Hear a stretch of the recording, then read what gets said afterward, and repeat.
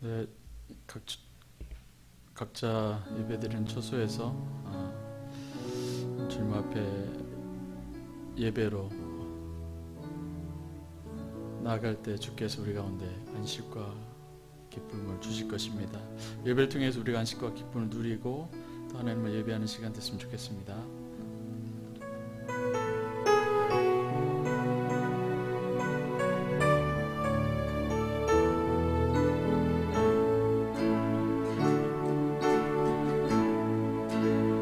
주님 보좌 앞에 나가 주님 보좌 앞에 나가 참된 안식과 기쁨 나 누리겠네. 경배하며 주의 얼굴 구할 때 신실하신 주님 찬양해. 신실하신 하나님, 신실하신 하나님, 신실하신 주, 나의 주 하나님은 신실하신 주님. 기도 들으시는 하나님, 들으시는 하나님, 폭풍 속에 내 등불 내노래시라. 주의 날개 아래서 내 맘 쉬리니 신실하신 주님 찬양. 신실하신 하나님, 신실하신 주, 나의 주 하나님은 신실하신 주님. 평안 내려주신 하나님, 평안 내려주신 하나님, 나로 고통받는 자를 위로하게 하소서. 나의 평생에 주의 사랑을 전하리. 신실하신 주님 찬. 다시 고백함. 신실하신 하나님, 신실하신 주, 나의 주 하나님은 신실하신 주님. 신실하신 하나님, 신실하신 하나님, 신실하신 주, 나의 주 하나님은 신실하신 주님. 신실하신 하나님, 신실하신 하나님, 신실하신 주, 나의 주 하나님은 신실하신 주님. 주보여 나 씻었네. 내 생명을 주셨네. 주보여 나의 죄를 구속하신 어린 양 씻었네.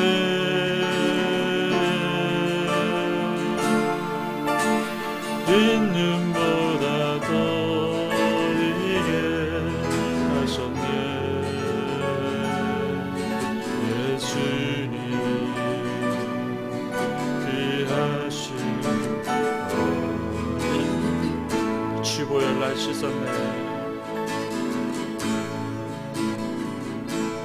주보혈 날 씻었네.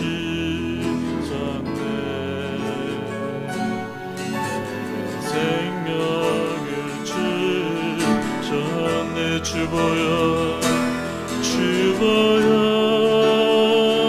나의 죄를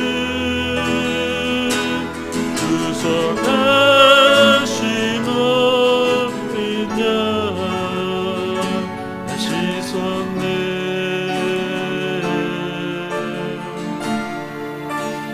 흰눈보다 더 이게 하셨네. 예수님 귀하신 어린 양, 예수님 귀하신 어린 양, 예수님 귀하신 어린 양.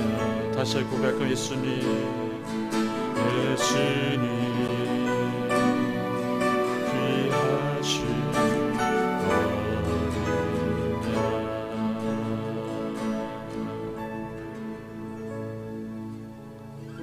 코로나로 전 세계가 온통 혼란한 가운데 있습니다. 많은 사람들이 죽어가고 있고 아직도 전염되고 있습니다. 이렇게 힘든 시기에 우리가 믿을 것은 우리가 주님일 것입니다. 그 주님 앞에 우리가 나아갈 때 그분은 우리 가운데 평화와 안식을 주신다고 말씀하십니다. 우리 찬양 같이 드리도록 하겠습니다.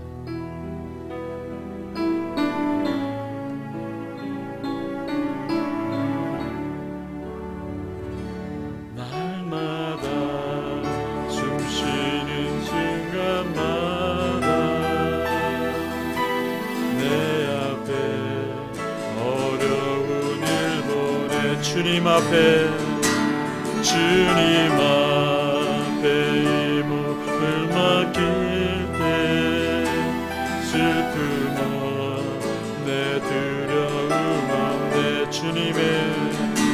주님의 그 자비로운 손길 항상 좋은 것 주시도다. 사랑실의 아픔과 기쁨을 수고와 평화와 안식을 날마다 주님 내 곁에 계셔 자비로 날 감싸주시네. 주님 앞에 이 몸을 맡길 때 힘주신 내 위로함 주네. 저린 나를 품에 안으시사 항상 평안함 주시도다. 내가 살아 숨을 쉬는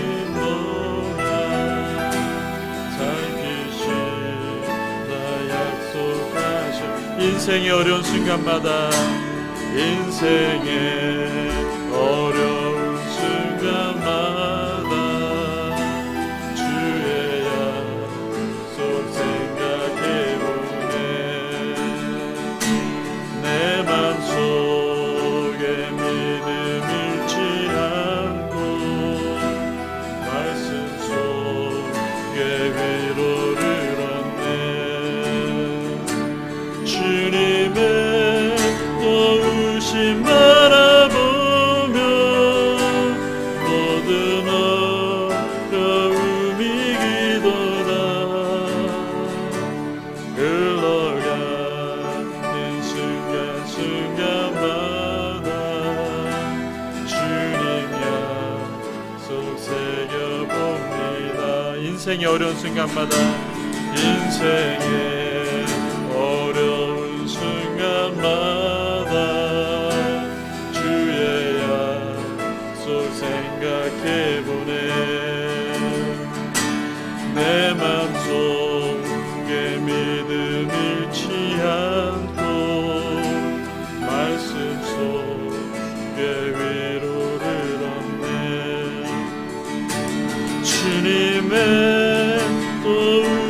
바라보며 모든 어려움이 기도다 흘러가는 순간순간마다 주님 약속 새겨봅니다. 흘러가는 순간마다 흘러가는 순간순간마다 주님 약속 새겨봅니다. 내가 살아 숨쉬는 동안 내가 살아 숨쉬는 동안 살듯이 나 약속하셨네. 때가 참에 때가 참에 아버지께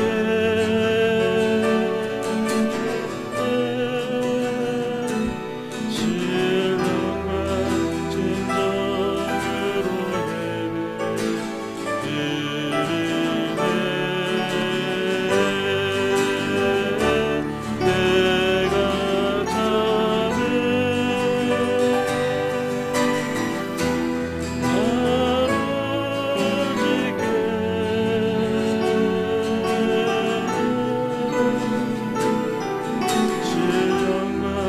진정으로 예배드리네. 내가 참에 다시 한번 고백합니다. 때가 참에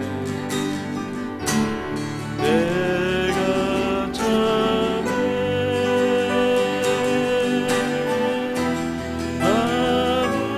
아버지께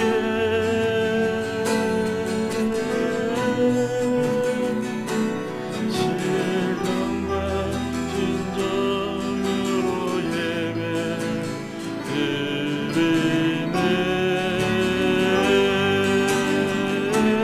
때가 참에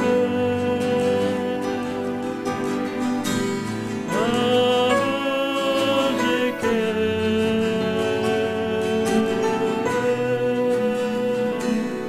신령과 진정으로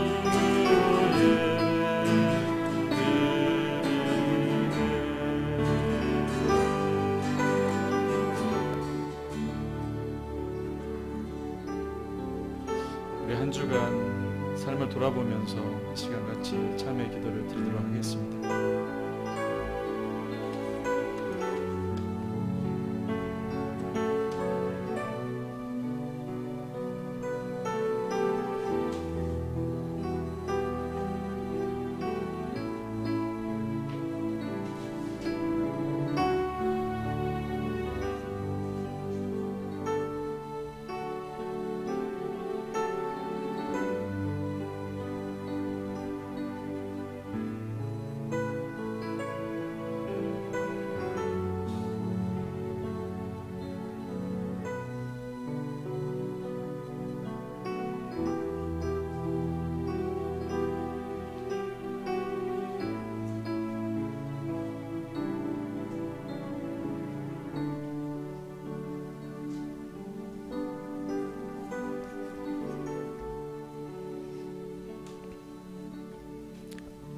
기도하겠습니다.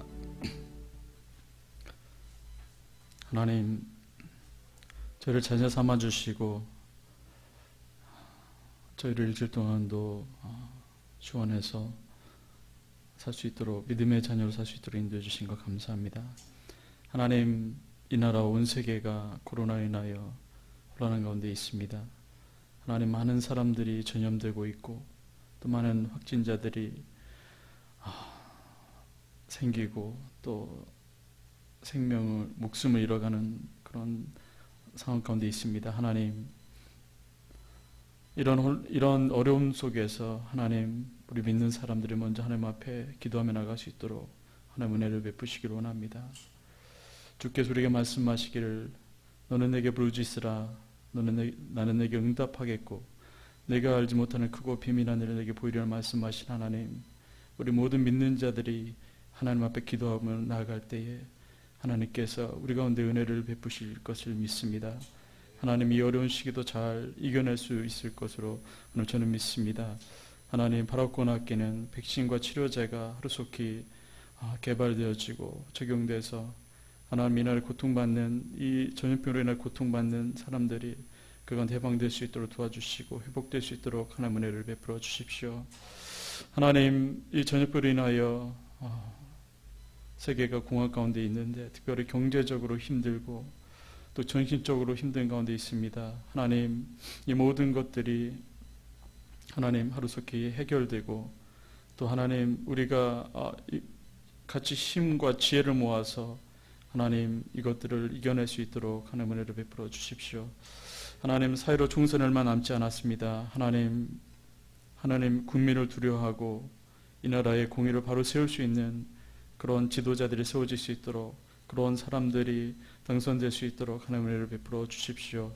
하나님 이 나라에 또 전염병으로 인하여서 많은 종교 특히 기독교가 이제 핍박 가운데 있습니다. 하나님 우리가 잘못된 신념과 믿음으로 살았다면 우리가 하는 것들을 하나님 앞에 회개하며 나아갈 수 있도록 도와주시고 다시 하나님 앞에서 우리가 바른 믿음을 찾고 하나님 앞에 나아갈 수 있는 저희들 되도록 하나님 도와주십시오. 하나님 특별히 또 원하옵게는 전 세계 각지에 흩어져서 선교하시는 우리 선교사님들을 하나님께서 지켜주시고 저들 가운데 은혜를 베푸시기를 원합니다. 하나님 저들 특별히 위로하여 주시고 돕는 자들을 붙여주시고 하나님 저들의 하나님 먹고 사는 문제만이 아니라 하나님 저들이 사역하는 그곳에서 하나님 사역의 열매들이 하나님 잘 맺어질 수 있도록 하나님 그 선교사님 특별히 붙잡아 주시옵소서. 하나님 육신의 연약한 지체들을 하나님께서 위로하시고 저들 간 육신의 회복을 주시고 저들 간의 믿음의 회복도 하나님 허락하여 주시옵소서. 하나님 오늘 또 하나님 말씀을 들고서 하나님 그때 공사님을 잡아주시고 하나님 말씀 대변하실 때에 하나님께 성령 충만케 하시고 하나님의 대변자로서 그들을 잘 감당할 수 있도록 하나님 은혜를 베풀어 주시옵소서. 오늘도 저희 예배 가운데 하나님 은혜를 베푸시고 나오고 감사하며 예수님 기도드렸습니다. 아멘.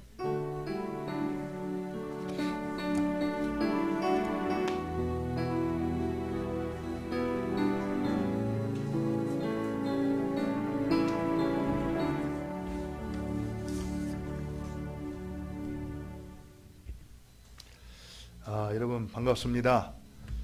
이렇게 온라인으로 예배를 드리게 된 게 벌써 이제 한 달이 훨씬 이렇게 지났는데요.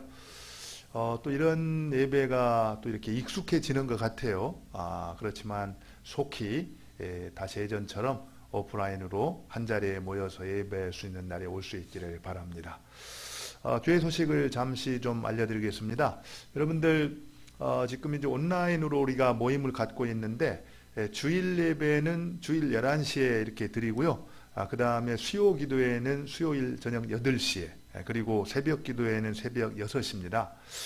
물론 이렇게 그 시간을 꼭 이렇게 지키기가 어려우실 수도 있는데 할 수 있으면은 주일날에는 같은 시간에 우리가 좀 지켜서 집중해서 시간을 분별해 가지고 하나님 앞에 이렇게 영과 진리로 그렇게 예배 드렸으면 좋겠고요. 수요 기도회하고 새벽 기도회는 여러분들이 꼭 시간을 지키시기가 어려우면은 그래도 그날 시간을 정해서 말씀과 기도로 하나님과 관계를 잘 세우는 그런 시간이 됐으면 좋겠습니다. 그리고 또 한 가지 특별히 부탁드리고 싶은 거는 우리가 이렇게 온라인으로 모임을 갖다 보니까 식구들과 교제하는 시간이 쉽지가 않은데 가정교회 모임을 앞으로 이제 좀 더 힘써 주셔서 이렇게 가정교회로 또 우리가 줌으로 지금 모임을 갖고 있는데 줌으로 해보니까 사실 처음에는 조금 어색했는데 점점 이제 아주 굉장히 익숙하면서 마치 옆에서 이렇게 앉아갖고 예배 드리는 것처럼 모임을 갖는 것처럼 자연스럽게 되더라고요. 여러분들 이 줌을 통해서 이 가정교회 식구들과도 이렇게 친밀한 교제를 갖도록 우리가 좀 이렇게 떨어져 있지만 돌아보면서 사랑과 선행을 격려하는 모임이 이렇게 지속됐으면 좋겠다 생각이 듭니다. 우리 다 같이 50장 찬송하면서 주님 앞에 헌금 드리겠습니다. 여러분들 헌금은 온라인으로 이렇게 이체하시면 되겠습니다.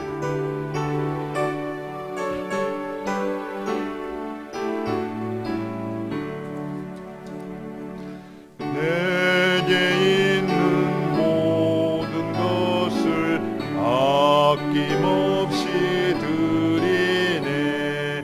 사랑하고 의지하며 주만 따라 살리라. 주께 드리네. 주께 드리네.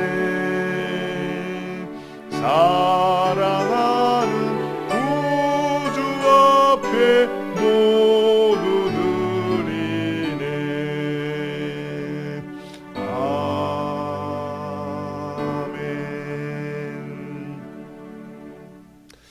하나님, 지난 한 주간도 저희들 지켜주시고 보호하여 주신 것 감사합니다.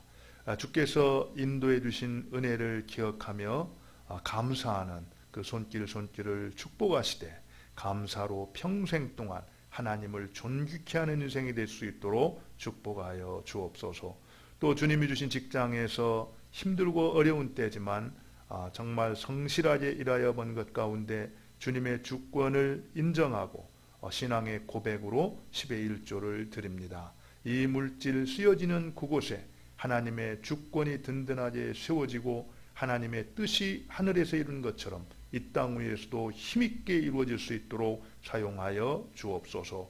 무엇보다도 이 코로나19를 종식시키기 위해서 애쓰시는 우리 방역대책 직원들과 의료진들과 모든 자원봉사자들에게 힘주시고 은혜 주셔서 이때를 우리가 슬기롭게 잘 극복할 수 있도록 은총 베풀어 주옵소서. 감사하고 예수님 이름으로 기도 올리옵나이다. 아멘.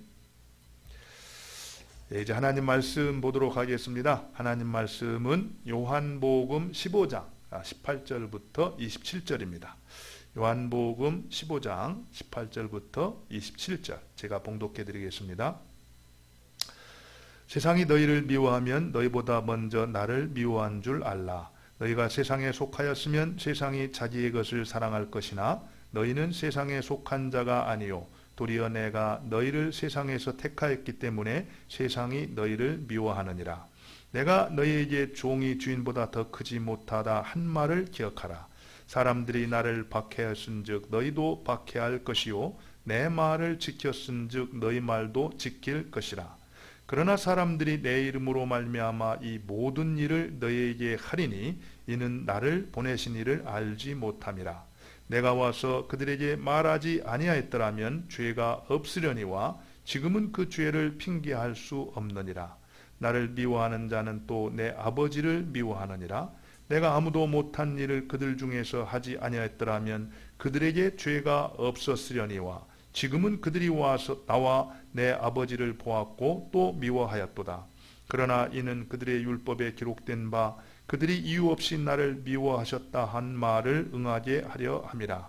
내가 아버지께로부터 너에게 보낼 보혜사 곧 아버지께로부터 나오시는 진리의 성령이 오실 때에 그가 나를 증언하실 것이요 나도 너희도 처음부터 나와 함께 있었으므로 증언하느니라.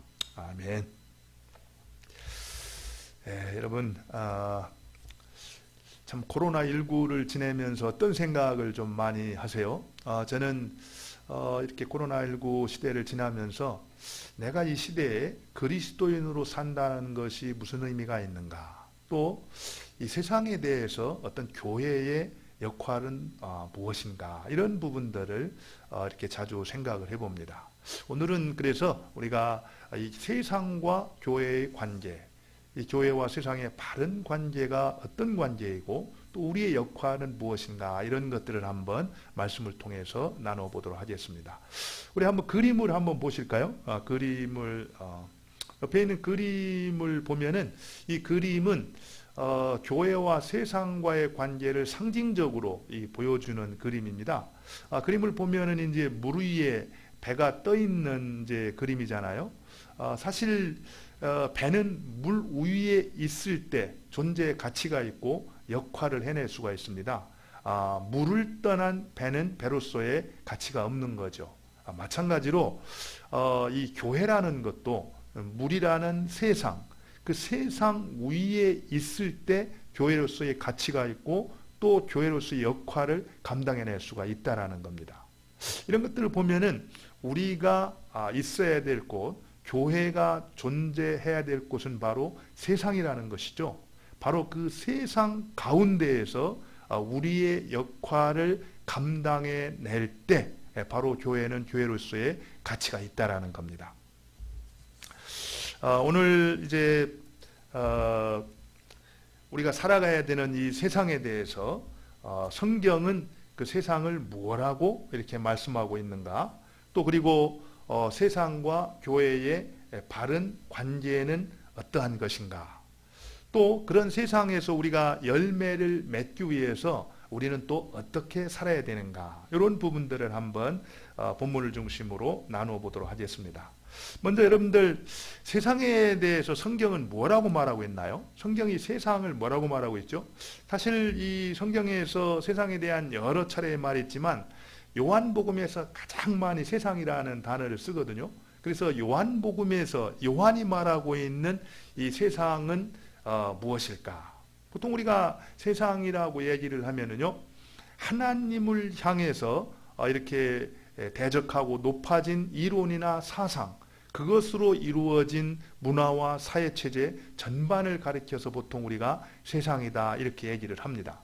특별히 요한일서 2장 15절로 16절에 보면은 이 세상이나 세상에 있는 것들을 사랑하지 말라. 누구든지 세상을 사랑하면 아버지의 사랑이 그 안에 있지 아니하니 이는 세상에 있는 모든 것이 육신의 정욕과 안목의 정욕과 이생의 자랑이니 다 아버지께로부터 온 것이 아니요 세상으로부터 온 것이다 이렇게 말하고 있습니다.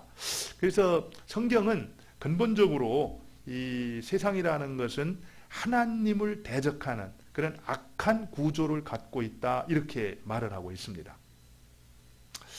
오늘 본문에서도 이제 주님은 이 아버지께로 이렇게 떠나가고 나면은 이 땅에 홀로 있게 될 그 제자들을 위해서 무엇이 이 세상에 대한 바른 관점인지를 가르쳐주고 있습니다. 먼저 우리 18절과 19절을 한번 볼까요? 18절과 19절을 한번 제가 읽어드리겠습니다. 세상이 너희를 미워하면 너희보다 먼저 나를 미워한 줄을 알라. 너희가 세상에 속하였으면 세상이 자기의 것을 사랑할 것이나 너희는 세상에 속한 자가 아니요 도리어 내가 너희를 세상에서 택하였기 때문에 세상이 너희를 미워하느니라. 세상은 어두움입니다. 그리고 우리 주님은 빛이세요. 그렇기 때문에 어두움은 자연스럽게 빛을 싫어합니다. 그래서 예수님을 배척하고 미워할 것이라는 거죠. 마찬가지로 당연하게 바로 예수님의 제자들인 우리들을 세상은 미워하고 배척할 것이다 이렇게 말하고 있습니다. 그 이유는 간단합니다. 우리가 바로 예수님께 속한 자고 예수님께서 우리를 선택했기 때문이다 이렇게 말을 하고 있죠. 사실 성도들이 이 땅에서 아무리 열심히 일하고 착하게 그렇게 산다 할지라도 그래서 세상 사람들과 좋은 관계를 맺기 위해서 이렇게 노력을 한다 할지라도 하나님 나라의 어떤 이 가치 기준하고 이 세상 나라의 가치 기준이 근본적으로 다르기 때문에 우리가 이 세상에서 완전히 세상에 맞추어 산다라는 것은 불가능하다라는 것입니다. 우리 주님께서는 이 사실을 우리 제자들이 정확히 알기를 원하셨다라는 거예요.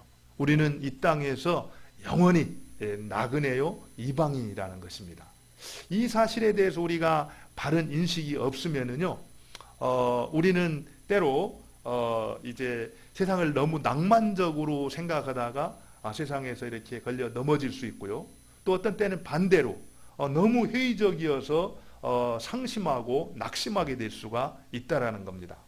그러나 우리는 분명히 알아야 될 것이 하나님께서 이 땅을 떠나시면서 세상이 너희를 미워하게 될 것이다. 왜냐하면 너희가 나에게 속했기 때문이다. 그래서 하나님께 속한 자들이 이 땅 위에서 살아갈 때 우리는 완전히 이 땅에 맞추어 사는 것은 어렵다라는 겁니다. 그리고 우리는 항상 나그네요 이방인이라는 본향을 향해 나아가는 순례객이라는 그런 인식을 가지고 그런 가운데 우리의 역할이 무엇인가, 이런 것들을 찾을 때 바른 어떤 관점을 가질 수가 있다라는 거죠. 그렇다면 우리가 이런 세상과 교회의 바른 관계는 무엇일까? 이런 것들을 한번 우리가 생각해 보면 좋을 것 같아요. 일반적으로 교회와 세상과의 관계에 대해서 두 가지 극단이 있습니다. 하나는 세상을 사탄의 지배하에 있는 어떤 멸망받을 도성이라고 해서 교회를 세상으로부터 완전히 분리시키는 거죠. 그리고 철저하게 내세 지향적인 어떤 분리주의적 관점을 갖는 그런 이제 한 견해가 있고요. 또 한 가지는 그와는 또 정반대로 이 세상에서 교회의 어떤 책임을 강조하면서 우리 교회 공동체가 가지고 있는 고유한 정체성, 그것도 다 팽개치고 세상에 함몰돼 가지고 이제 세상과 더불어서 이렇게 살아가는 그런 이제 입장이 있습니다. 그러나 성경이 말하는 세상과 교회와의 어떤 바른 관계, 이것은 어떤 것일까? 분명합니다. 우리가 세상에 있지만 세상에 속한 자가 아니라 바로 구별된 삶을 통해서 이 세상을 개혁하고 변화시켜가는 관계, 이것이 바로 성경이 말하는 바른 관계라는 것이죠. 사실 우리가 세상에 있지만 세상에 속하지 않은 그런 공동체로서 세상을 변화시키는 것, 바로 이 일을 위해서 하나님께서 교회를 선택한 거 아닙니까? 특별히 하나님께서 갖고 계신 세상에 대한 관점은 부패하고 타락한 이 세상을 구속하고 회복하는 일이었습니다. 바로 그 일을 위해서 하나님이 교회를 선택하시고 교회를 세웠다라는 겁니다. 그렇기 때문에 세상과 교회와의 어떤 바른 관계는 이 하나님의 뜻을 이루기 위해서, 바로 구속하고 회복하기 위해서, 바로 세상에 있지만 세상에 속하지 않은 공동체로서 그 세상을 하나님이 기뻐하시는 나라로 세워가는 그런 관계가 이제 세상에 대한 바른 관점이라는 거죠. 그렇다면 우리가 이 세상을 구속하고 회복하기 위해서 어떻게 살아야 되는가? 우리의 삶의 방식은 어때야 되는가? 여기에 대해서 오늘 이제 20절에서 우리 주님이 또 정확하게 가르쳐주고 있습니다. 20절을 제가 한번 읽겠습니다. 내가 너희에게 종이 주인보다 더 크지 못하다 한 말을 기억하라. 사람들이 나를 박해하였은즉 너희도 박해할 것이요 내 말을 지켰은즉 너희 말도 지킬 것이다. 이 말은요, 이 말이 조금 이렇게 쉽지 않은데 이런 얘기입니다. 예수님께서는 상전으로 이 땅에 오셨는데, 상전이지만 이 땅에 오셔서 종으로 우리를 섬겼다라는 겁니다. 그것처럼 너희들도 이 세상에서 마땅히 섬기는 것이 옳은 것이고, 또 상전임에도 불구하고 이 땅에 와서 본인이 직접 핍박을 받았지 않습니까? 그렇기 때문에 종인 우리가 핍박받는 것은 마땅한 것으로 여기며 살아가는 것이 옳은 것이다, 이렇게 말씀하고 있다라는 겁니다. 사실 예수님처럼 섬기고 핍박받는 삶, 그것이 우리가 이 땅에서 살아가야 될 삶의 모습이라는 거죠. 그것이 바로 이 땅에서 열매 맺는 삶, 특별히 하나님께서 이 땅을 구속하고 회복시키시기 위해서 우리를 이 땅에 보내셨는데, 이 땅을 구속하고 회복하기 위해서 우리가 살아가야 될 삶의 양식, 라이프 스타일이 바로 다른 것이 아니라 핍박받고 섬기면서 살아가는 것이다, 이렇게 말씀하고 있다라는 겁니다. 사실 우리가 한번 우리 자신의 모습을 이렇게 돌아보면은요, 내 모습이, 내 삶이 왜 이렇게 회복이 없을까? 또 우리가 이 세상 가운데에서 그리스도인들이, 또 교회가 어찌 세상에서 영향력이 그렇게 참 이렇게 크지 못한가? 뭐 이런 것들을 생각해 보면은요, 여러 가지 이유를 들 수 있지만 딱 한 가지입니다. 한 가지. 우리가 진리를 위해서, 주님의 뜻을 위해서 고난받기를 싫어하기 때문에, 고난받는 삶을 원치 않기 때문에, 그렇게 살지 않기 때문에 우리 삶 가운데 회복이 그토록 적게 보이고, 또 이 세상 가운데에서 교회의 영향력이 그토록 미소하다라는 겁니다. 만약에 우리가 섬길 준비가 되어 있고 고난받을 준비가 되어 있고 정말 어떤 핍박이 온다 할지라도 주님의 뜻에 따라서 예수님처럼 살기를 결단하고 한다면은 우리 삶 가운데 이전보다 더 많은 어떤 변화가 있을 것입니다. 또 우리 교회가 이 세상 가운데에서 이전보다 더 큰 영향력을 끼치는 삶을 살 수가 있다고 봅니다. 어쨌든 우리 주님께서 우리가 이 땅 위에서 세상을 구속하고 회복하는 그 삶을 살기 위해서 우리가 살아야 될 삶의 모습은 높아지고 누리는 것이 아니라 바로 고난받고 핍박받는 가운데서도 우리 주님께서 그러하셨던 것처럼 겸손하게 섬기는 자로 살아가는 것이다, 이렇게 말씀하고 있다라는 겁니다. 사실 디모데전서 3장 12절에서도요, 바울도 똑같이 얘기를 합니다. 무릇 그리스도 예수 안에서 경건하게 살고자 하는 자는 핍박을 받으리라. 우리가 진리의 길을 올곧게 걸어간다면, 특별히 하나님 나라 백성답게 이 땅 위에서 살아간다면 이 세상은 하나님 나라의 가치 기준하고 완전히 충돌하는 그런 구조로 되어 있기 때문에 우리가 핍박을 받을 수밖에 없다라는 겁니다. 그렇다면 우리가 어떻게 그런 세상 가운데에서도 믿음으로 주님께서 보내신 그 뜻을 감당하면서 잘 살아갈 수가 있을까? 잘 감당해낼 수 있을까? 이런 질문을 한번 해보게 되는데요. 우리가 믿음으로 핍박과 환난 가운데에서도 그리스도인의 삶을 이렇게 온전히 살아내기 위해서 조금 기억해야 될 몇 가지가 있는데요. 첫 번째가 지금 내가 당하는 이 고난이 예수님 때문에 받는 핍박인가, 아니면은 자기 자신의 게으름과 어떤 탐욕 때문에 이렇게 생긴 어려움인가를 분별을 해야 된다라는 겁니다. 사실 어떤 사람은 막 자기가 게으르게 이렇게 살아가지고 이렇게 생긴 어려움, 이런 것들을 예수 믿기 때문에 당하는 핍박이다, 이렇게 착각을 하는 분들이 있고요.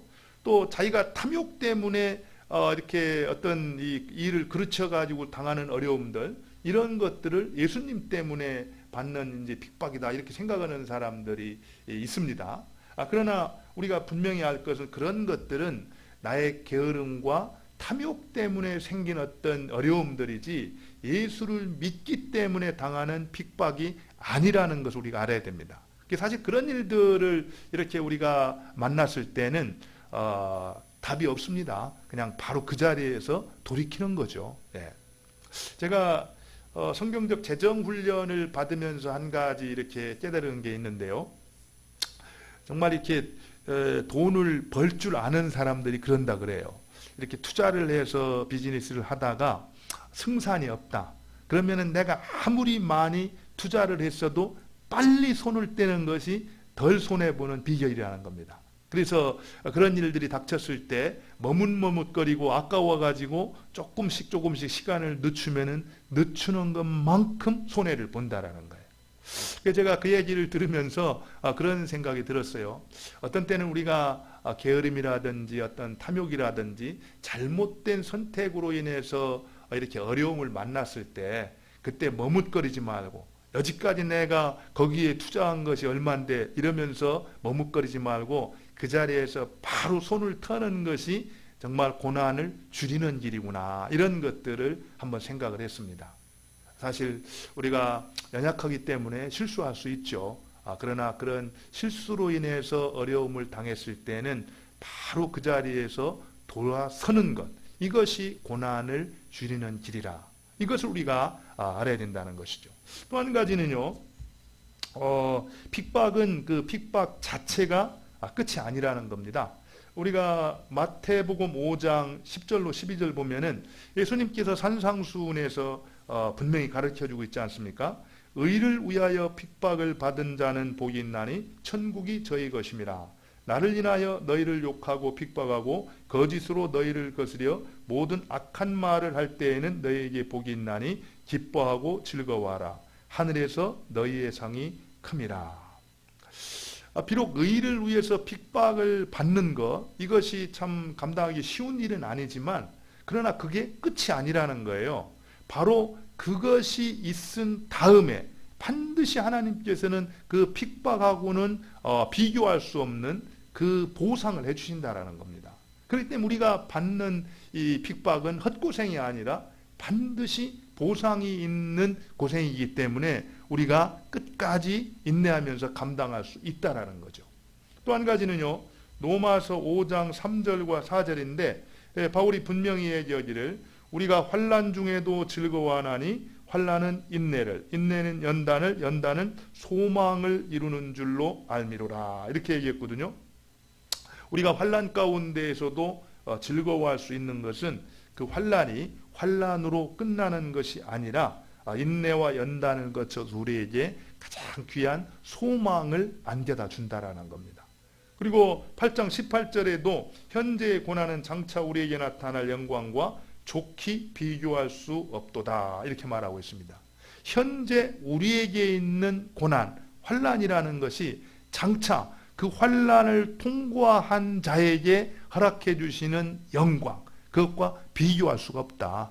그 얘기는 바로 그 영광을 위해서 현재의 고난을 기쁨으로 감당하는 것이 마땅하고 당연하다 이렇게 말하고 있다라는 겁니다.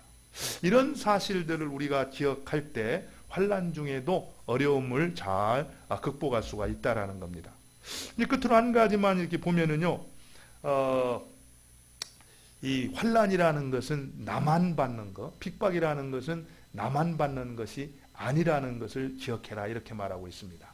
사실 이 핍박은 우리 주님께서 받으셨던 것이고 또 믿음의 선진들이 다 받았던 겁니다. 그리고 지금도 정말 신실하게 하나님 말씀에 순종하면서 예수님처럼 살기를 원하는 그 믿음의 자녀들이 지금도 받고 있는 핍박이라는 거예요. 사실 심리학자들이 그런 얘기를 해요. 이 환난과 고난, 이 고난을 당했을 때 이 고난이 나 혼자만 당하는 고난이라고 생각할 때는 그 고난의 무게가 2배로 더 무거워진다는 겁니다. 근데 반대로 이 고난은 나만 받는 것이 아니다라고 이렇게 생각을 할 때는 그 고난의 무게가 절반으로 또 이렇게 가벼워진다라는 거예요. 우리가 비록 핍박과 환난을 당할 때 그것이 우리의 어깨를 무겁게 누르지만 힘들지만 그래도 우리가 기억할 것은 그 고난은 나만 받는 고난이 아니라는 겁니다. 우리 주님이 받으셨고 믿음의 선진들이 받았고 지금도 사랑하는 지체들이 정말 신실하게 말씀에 순종해서 진리를 따라 살아가는 하나님의 백성들이 지금도 여전히 받고 있는 고난이라는 것, 그 사실을 기억할 때 우리가 이 고난이 힘들기는 하지만 그래도 끝까지 인내하면서 감당해낼 수가 있다라는 겁니다. 근데 이런 사실들을 우리가 모르는 거 아니잖아요, 그죠? 아는데도 불구하고 정말 막상 우리를 핍박해 오거나 배척하는 그런 일들이 혹독하게 이렇게 다가올 때는 순간적으로 우리도 어떻습니까? 그것을 좀 도피하고 싶고 또 세상으로 숨어버리고 싶은 그런 마음이 드는 것이 사실입니다. 실제적으로요, 이 수도원운동이라든지 이 극단적인 분리주의자들에 의해서 이제 교회사를 보면은 이런 일들이 많이 이루어졌었다라는 것을 우리가 알 수가 있습니다. 그렇다면 이런 유혹 앞에서 우리가 어떻게 끝까지 환난과 핍박을 회피하지 않고 우리의 이 삶을 올바로 이렇게 살아낼 수가 있을까? 우리 주님께서는요, 우리가 이런 일들을 당한다라는 것을 알고 계셨습니다. 그리고 그런 일을 당했을 때 우리로 하여금 낭망치 아니하고 잘 감당해낼 수 있도록 하기 위해서 약속을 주셨어요. 어떤 약속을 주셨습니까? 우리 한번 오늘 26절과 27절을 한번 볼게요. 26절, 27절을 한번 보겠습니다. 그 보면은 26절부터 제가 한번 읽습니다. 내가 아버지께로서 너희에게 보낼 보혜사 곧 아버지께로 나오시는 진리의 성령이 오실 때에 그가 나를 증거하실 것이요 너희도 처음부터 나와 함께 있었으므로 증거하느니라. 철저한 핍박과 배척이 난무하는 그 세상 가운데에서 홀로 남아있는 제자들, 그 제자들을 위해서 우리 주님께서는 무엇을 약속해 주셨다고요? 성령을 약속했다는 겁니다. 성령을. 성령께서 이 땅에 오셔서 결국에 그들을 도우시고 그들과 함께하면서 그들이 핍박과 환난 가운데에서도 그 어떤 멸시와 배척 가운데서도 넉넉히 감당해낼 수 있는 믿음을 주시고 힘을 주신다라는 겁니다. 특별히 오늘 그 말씀에 보면은 예수님께서는 성령을 두 가지 호칭으로 부르고 있어요. 어떤 호칭으로 부르고 있습니까? 하나는 보혜사라는 말을 쓰고요. 또 한 가지는 진리의 영이다 이렇게 얘기를 하거든요. 그래서 요거는 약간 그 역할이 다릅니다. 성령께서 하시는 어떤 역할을 두 가지로 표현을 하는데 이 보혜사라고 이렇게 표현을 할 때는 성령께서 하시는 일 가운데 우리를 도우시는 거, 보통 헬퍼라는 말을 하는데요. 우리를 도우시고 또 우리를 격려하시고 또 우리에게 힘주시는 그런 일을 하실 때 우리는 보혜사, 성령 이런 표현을 쓰거든요. 또 한 가지 이제 진리의 영이다 이 얘기를 할 때는 또 의미가 다릅니다. 진리의 영께서 하시는 역할은 어떤 거냐면은 우리를 가르치십니다. 그리고 우리를 조명하셔서 깨닫게 하세요. 그 다음에 주님의 말씀을 생각나게 하십니다. 우리를 가르치시고 조명하시고 생각나게 하셔서 바로 예수 그리스도를 증언케 하시고 또 우리로 하여금 넉넉하게 사명을 감당케 하신다라는 겁니다. 다시 말하면은 우리에게 도움이 필요할 때 찾아오셔서 우리를 도와주시고 우리가 격려가 필요할 때는 찾아오셔서 우리를 격려해 주시고 우리가 힘이 필요할 때는 찾아오셔서 우리에게 힘을 주셔서 그리고 정말 예수 그리스도를 증거함에 있어서 가르침이 필요할 때는 가르쳐 주시고 또 정말 깨닫기 위해서 조명하심이 필요할 때는 조명하여 주시고 그 다음에 바로 넉넉하게 이길 수 있도록 우리를 생각나게 해주셔서 모든 일들을 능히 감당케 하신다라는 거죠. 이 성령께서 우리와 함께 하시기 때문에 그 성령을 의지할 때 비록 배척과 멸시와 핍박이 심한 그 세상 가운데서도 우리는 주님의 뜻을 넉넉하게 감당할 수가 있다라는 겁니다. 그 성령이 이미 우리와 지금 동행하고 계시고 또 그 성령께서 날마다 우리와 함께 한다라는 것을 우리가 기억하는 것이 중요하다라는 거예요. 여러분 어떻습니까? 그 성령님께서 지금 우리와 이렇게 함께 하신다는 걸 믿으세요? 그리고 날마다 그 성령의 도우심을 힘입고 있습니까? 그리고 그 성령의 가르치심과 조명하심과 생각나게 하심을 통해서 하나님의 말씀을 담대하게 복음을 증거하는 삶을 살고 계세요? 사실 우리가 하나님께서는 우리로 하여금 이 땅 위에서 환난과 핍박 가운데서도 넉넉히 감당할 수 있는 능력을 주시고 힘도 주시고 또 예수 그리스도를 증언하기 위해서 필요한 모든 것들을 허락해 주셨는데 우리가 그 사실을 모르거나 또 알아도 그대로 우리가 믿고 주장하지 못함으로 인해서 그 실제를 경험하지 못하고 살아가는 경우가 많다라는 겁니다. 그러나 오늘 말씀을 통해서 꼭 기억할 수 있기를 바랍니다. 하나님께서는 세상을 구속하시고 회복하시기를 원하십니다. 그 뜻을 이루기 위해서 하나님은 교회를 부르시고 선택하시고 세웠다라는 거예요. 그래서 우리가 이 세상 가운데에서 세상을 멸망할 도성으로 보고 도피할 것이 아니라 또 세상에 함몰되어 빠질 것이 아니라 바로 세상에 있으나 세상에 속하지 않은 자로 이 세상을 하나님이 기뻐하시는 세상으로 구속하고 회복하는 것이 우리의 사명이라는 것을 깨닫고 그러기 위해서는 주님이 사셨던 것처럼 핍박이 따른다 할지라도 끝까지 진리의 길을 걸어가면서 인내하면서 고난을 감당할 수 있어야 된다는 겁니다. 그 일을 감당할 수 있도록 하기 위해서 하나님께서, 우리 주님께서는 성령을 보내주신 겁니다. 그 성령이 이 땅에 오셔서 바로 금방 말씀드린 것처럼 우리를 도우시고 우리를 격려하시고 우리에게 힘주셔서 특별히 하나님의 말씀을 가르쳐 주시고 조명해 주시고 생각나게 하셔서 이 사명을 우리로 하여금 능히 감당할 수 있도록 도우신다라는 거예요. 이 성령을 의지하면서 그 성령님과 동행하면서 순종함으로써 하나님의 뜻을 힘써 이루어갈 수 있기를 바랍니다. 근데 우리가 여기서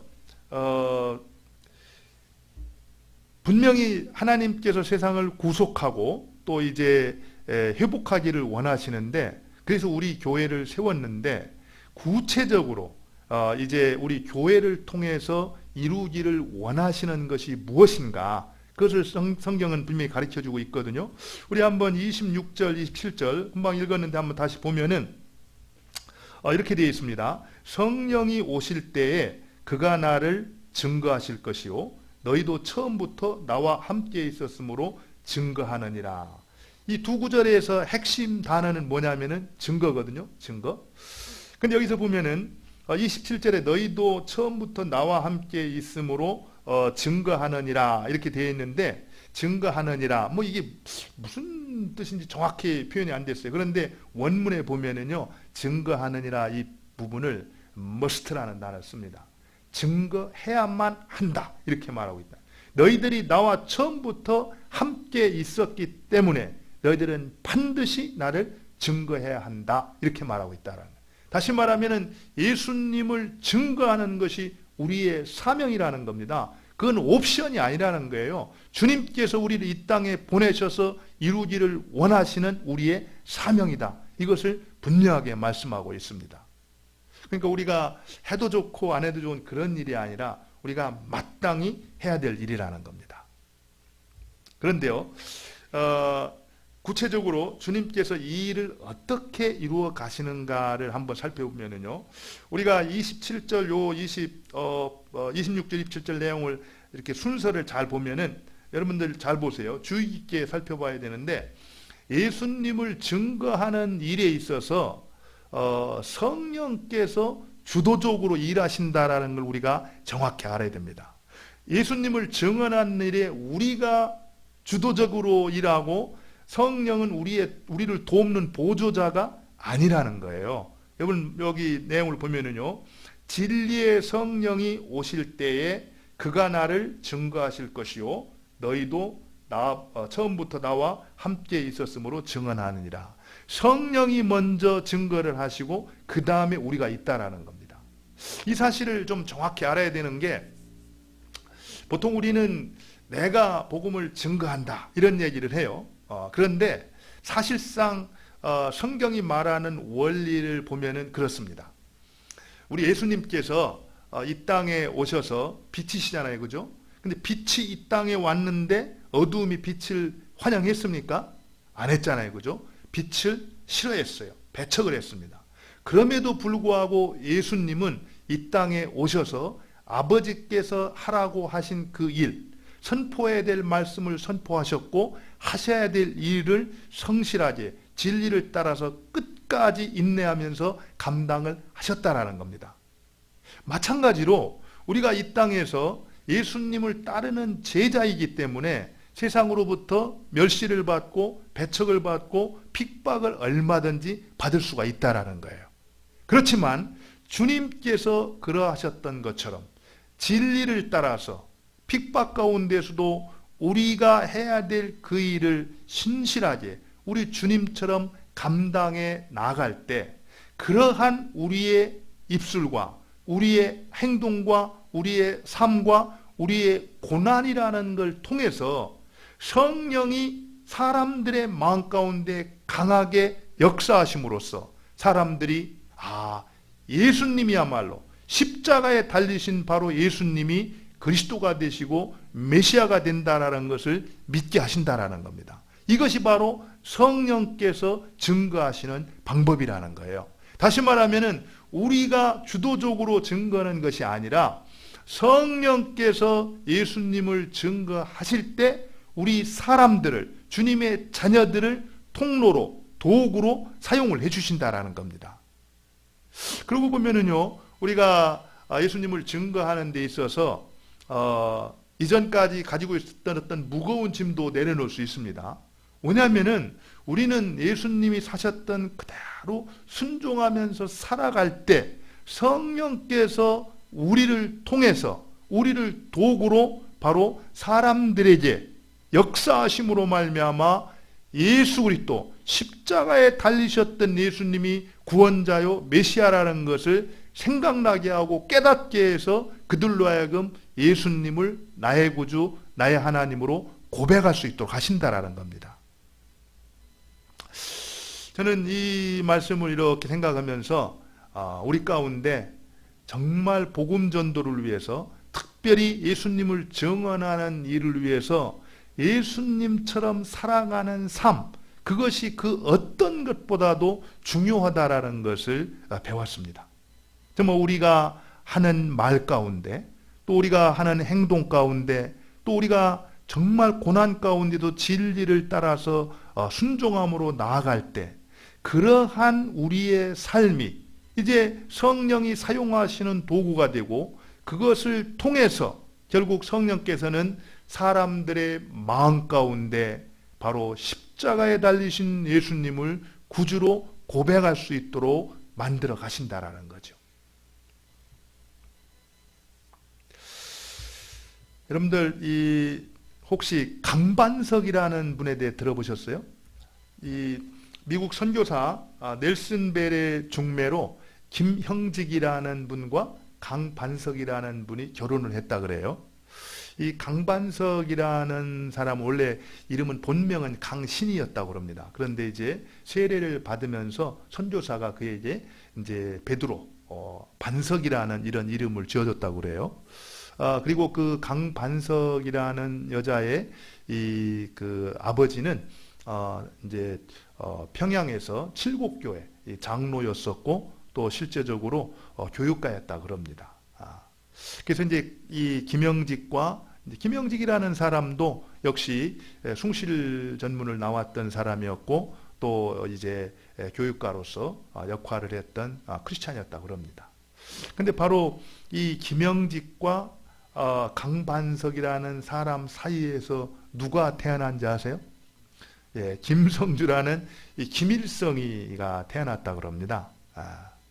사실 이제 김일성이라는 김일성이 나중에 자서전에서 그런 이제 고백을 했다 그래요. 자기 어머니 이제 강반석 어머니가 어렸을 때 자기 손을 잡고 예배당에 가서 예배를 드리곤 했다. 이제 이런 이제 얘기를 하고 또 나중에 이제 김일성이 당비를 들여서 칠곡교회를 재건했다라는 얘기는 우리가 뭐 잘 아는 얘기 아닙니까? 어쨌든 이 김일성이의 부모가 이제 그리스도인이었고 또 교회를 출석하는 사람이었다. 이제 이 얘기가 잘 알려져 있는데 저는 사실 그 이야기를 이렇게 들으면서 뭐 역사에 있어서 이 가정이라는 것은 별 의미가 없지만 한번 그런 생각을 해봤어요. 정말 이 김일성이가 만약에 그 부모님으로부터 신앙교육을 정말 제대로 이렇게 받고 바른 신앙을 가졌더라면 어땠을까? 사실 우리 이제 김일성이가 무신론자가 되어가지고 결국 이제 6.25 전쟁이 일어나고 지금 한반도가 지금까지 분열의 아픔을 겪고 있잖아요. 저는 이 사실을 이렇게 돌아보면서 우리들에게 있어서 신앙의 어떤 계대교육 이것이 얼마나 중요한가 그런 생각을 해봤습니다. 사실 이 복음이라는 것은 수평적으로 이제 이웃들과 모든 영역에 걸쳐서 전 세계로 이렇게 전파돼야 되는 것도 좀 중요하지만 또 수직적으로도 정말 대대로 이어져서 전달되는 것이 얼마나 중요한가. 한 사람이 우리가 잘 아는 대로 요나단 에드워드 같은 경우는 그 한 사람의 반듯한 신앙으로 인해서 미국 역사가 바뀌어지는 걸 볼 수 있잖아요. 그래서 우리가 정말 복음을 전할 때 이렇게 수평적으로 많은 이웃들에게, 많은 사람들에게 전하는 것도 중요하지만 우리 가정에 있어서 정말 대를 이으면서 내가 가지고 있었던 그 아름다운 신앙이 자녀들에게 전수되어지고, 자녀들이 가지고 있었던 그 아름다운 신앙이 또 그 뒤에 자녀들에게 전해지고, 계속해서 아름다운 신앙이 전해질 수 있도록 복음을 잘 전하는 일, 이것은 또 다른 의미가 있고 또 중요한 일이다. 만약에 김일성이가 그 부모님이 정말 바른 신앙 교육을 통해서 김일성이를 이제 신앙으로 훈련을 했다고 한다면은 역사는 달라질 수 있었다라는 겁니다. 저는 이 모습을 이렇게 생각을 하면서요, 특별히 지금 이제 코로나19로 인해서 가족들이 다 집에서 이렇게 모여 있잖아요. 그랬을 때 우리가 좀 다른 일도 중요하지만 좀 가족들하고 신앙 안에서 좀 이렇게 가까워지는 그런 시간이 됐으면 좋겠다, 이런 생각이 들고요. 그것보다도 사실 우리 부모님들께서 자녀들하고 이렇게 같이 있을 때 자녀들에게 정말 예수님의 어떤 모습을 보여주는 그런 좋은 본이 되는 그런 행동들을 통해서 그 자녀들의 마음 가운데, 오늘 이제 그 바로 앞에서 나눴던 것처럼 우리의 예수님 닮는 그 말과 행실과 어떤 고난받는 삶, 그거를 통해서 성령께서 그 자녀들의 마음 가운데, 정말 예수님은 살아계셔, 예수님은 나의 구원자야, 정말 예수님이 나의 구주가 되신다, 이렇게 마음의 결단을 하게 해서 인격적으로 주님을 만날 수 있는 그런 계기가 됐으면 좋겠다, 이런 생각을 합니다. 이제 말씀을 맺도록 하겠습니다. 하나님의 계획은 분명합니다. 세상을 향해서 세상을 구속하고 바로 회복하는 일입니다. 그 일을 위해서 하나님께서는 우리 교회를 세우시고 선택을 하신 겁니다. 그렇기 때문에 세상 속에서 교회의 역할도 마찬가지입니다. 바로 사탄의 도성이라고 그 세상을 피해야 될 것이 아니라, 또 우리가 무한정으로 그 속에 들어가서 세상과 같이 되는 것이 아니라, 세상에 있으나 세상에 속하지 않은 자로 세상과는 구별된 삶을 통해서 그 세상을, 부패하고 타락한 그 세상을 하나님이 기뻐하는 하나님의 나라로 구속하고 회복해가는 것, 이것이 바로 교회의 역할이고, 또 교회가 이 세상을 바라보는 바른 관점이라는 겁니다. 이런 관점을 가지고 지금 이곳에서 하나님께서 나를 통해서 이루기를 원하는 그 일들, 특별히 예수님을 증언하는 그 일을 위해서 우리의 말과 행실과 삶이 정말 예수님과 같이 그렇게 고난과 핍박을 기꺼이 받으면서도 진리 가운데 걸어갈 수 있는 우리 모두가 될 수 있기를 바랍니다. 우리 같이 한번 기도했으면 좋겠습니다. 이 시간 기도 드릴 때 정말 코로나19 소홀히 극복할 수 있도록, 또 그리고 또 오늘 말씀을 생각하면서 정말 세상 속에서 우리의 책무가 무엇인가, 그것을 또 우리는 어떻게 감당할 것인가, 오늘 말씀을 생각하면서 우리 합심해서 한번 같이 기도하도록 하겠습니다. 같이 기도합니다.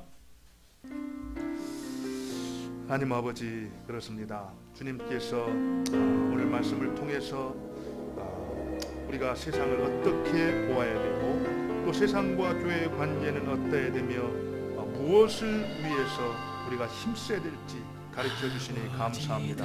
정말 우리 주님께서 참으로 세상을 구속하시고 회복하시기를 원하는데, 그래서 우리 교회를 선택하시고 여기까지 이끌어 주셨는데, 우리가 이제 그 뜻을 신실하게 이루며 살아가기를 원합니다.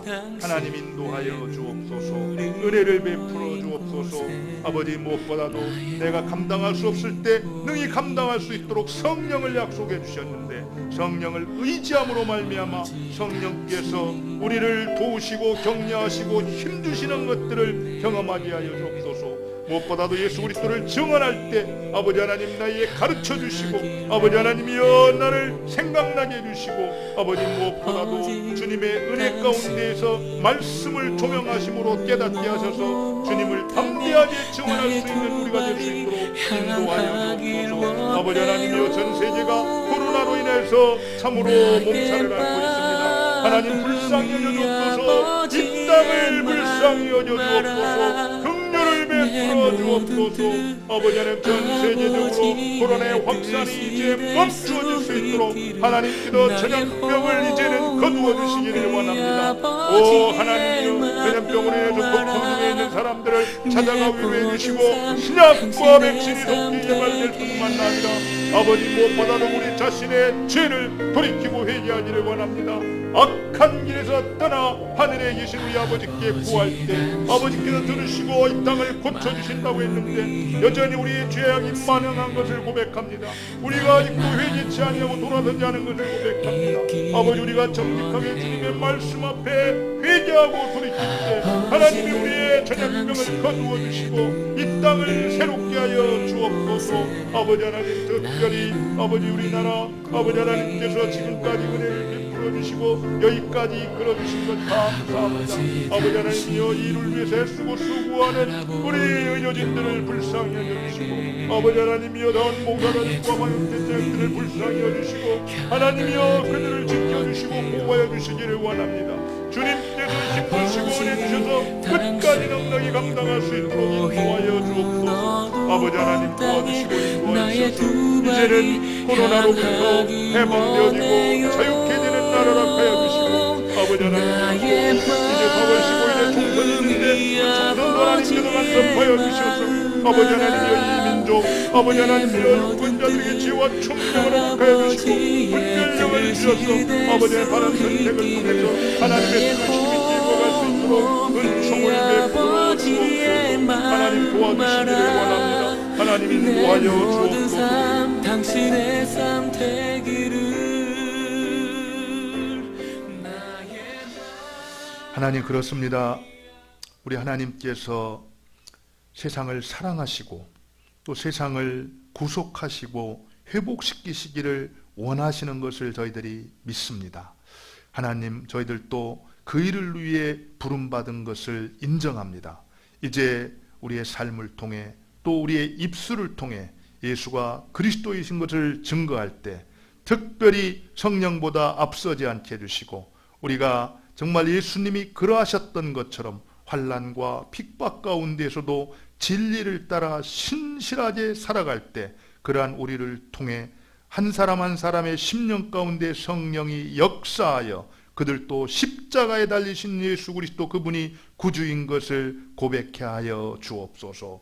하나님 특별히 코로나로 인해서 어려움을 당하고 있는 사람들을 위로해 주시고 오 아버지 전 세계가 코로나 때문에 난리인데 이제는 거두어 주시기를 원합니다. 긍휼을 베풀어 주시기를 원합니다. 이를 위해서 우리 믿는 자들이 먼저 악한 길에서 떠나 다시 한번 하나님 앞으로 돌아설 수 있기를 원합니다. 하나님의 은총을 베풀어 주옵소서. 아버지 특별히 이를 위해서 애쓰고 수고하고 있는 분들을 격려해 주시고 힘 주셔서 끝까지 잘 감당할 수 있도록 축복하여 주옵소서. 우리 사랑하는 식구들 어디에 있든지 안전하게 지켜주시고 보호해 주시고 힘 주셔서 이 환난의 때 아버지 하나님이여 잘 건널 수 있게 하시되 특별히 참으로 빛과 소금의 역할의 사명을 잘 감당하여 주님을 존귀케 하는 귀한 심령들 될 수 있도록 은혜 베풀어 주옵소서. 예수님 이름으로 기도 올리옵나이다. 아멘. 우리 다 같이 말씀 생각하면서 510장 하나님의 진리 등대 같이 찬양하겠습니다.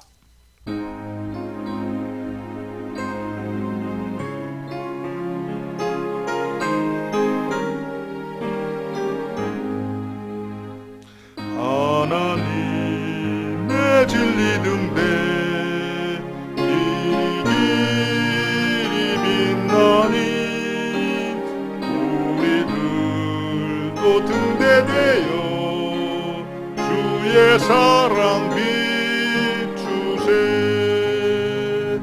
이제 작은 불을 켜서 험한 밤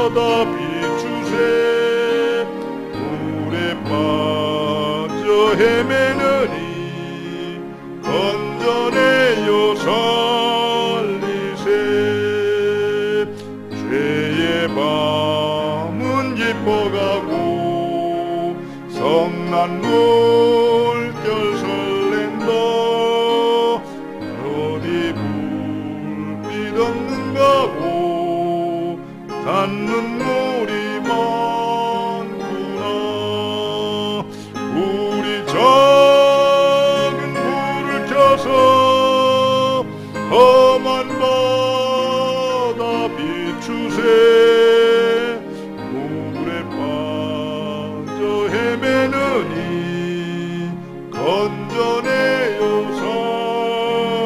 살리세 너의 등불도 두어라 큰 바다 비춰라 빛을 찾아 헤매느니 선명선에 건져라 우리 작은 불을 켜서 험한 바다 비추세 물에 빠져 헤매느니 건져내어 살리세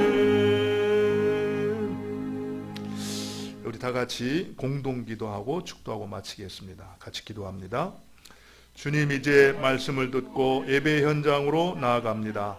매일매일의 삶 속에서 하나님이 우리의 주인이신 것과 우리가 주님의 백성인 것을 기억하고 내가 선 그곳에서 삶으로 하나님을 예배하겠습니다.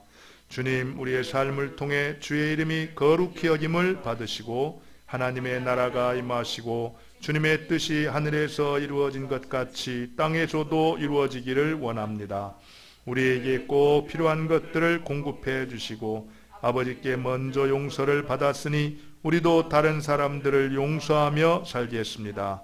주님 부패한 세상을 구속하고 회복하는 것이 주님의 뜻이고 그 뜻을 이루기 위해 세상에서 우리를 선택하여 교회로 불러주심을 감사드립니다. 주님 세상에서 핍박과 고난을 당하지만 주님 닮은 삶으로 증인의 사명을 신실하게 감당하며 살아가겠습니다. 예수님의 이름으로 기도합니다. 아멘. 이제는 우리 구주 예수 그리스도의 은혜와 하나님 아버지의 크신 사랑과 성령님의 인도하시고 교통하시며 교제하심이 이제 주의 말씀을 듣고 내가 이 땅 위에서 교회와 세상과의 관계가 어떠함을 알아서 우리 주님의 마음을 품고 세상을 구속하고 회복하기 위해서 이 자리에서 내가 마땅히 해야 될 그 역할을 마다하지 아니하고 예수님 닮은 삶으로 진리를 따라가는 삶으로 충성스럽게 감당하리라고 결단하고 돌아가는 주의 백성들 위에 저들의 가정 위에 일터 위에 또 지금 코로나로 인해서 어려움을 겪고 있는 그 심령들 위에 이제로부터 영원토록 함께 하시기를 간절히 축원하옵나이다. 아멘.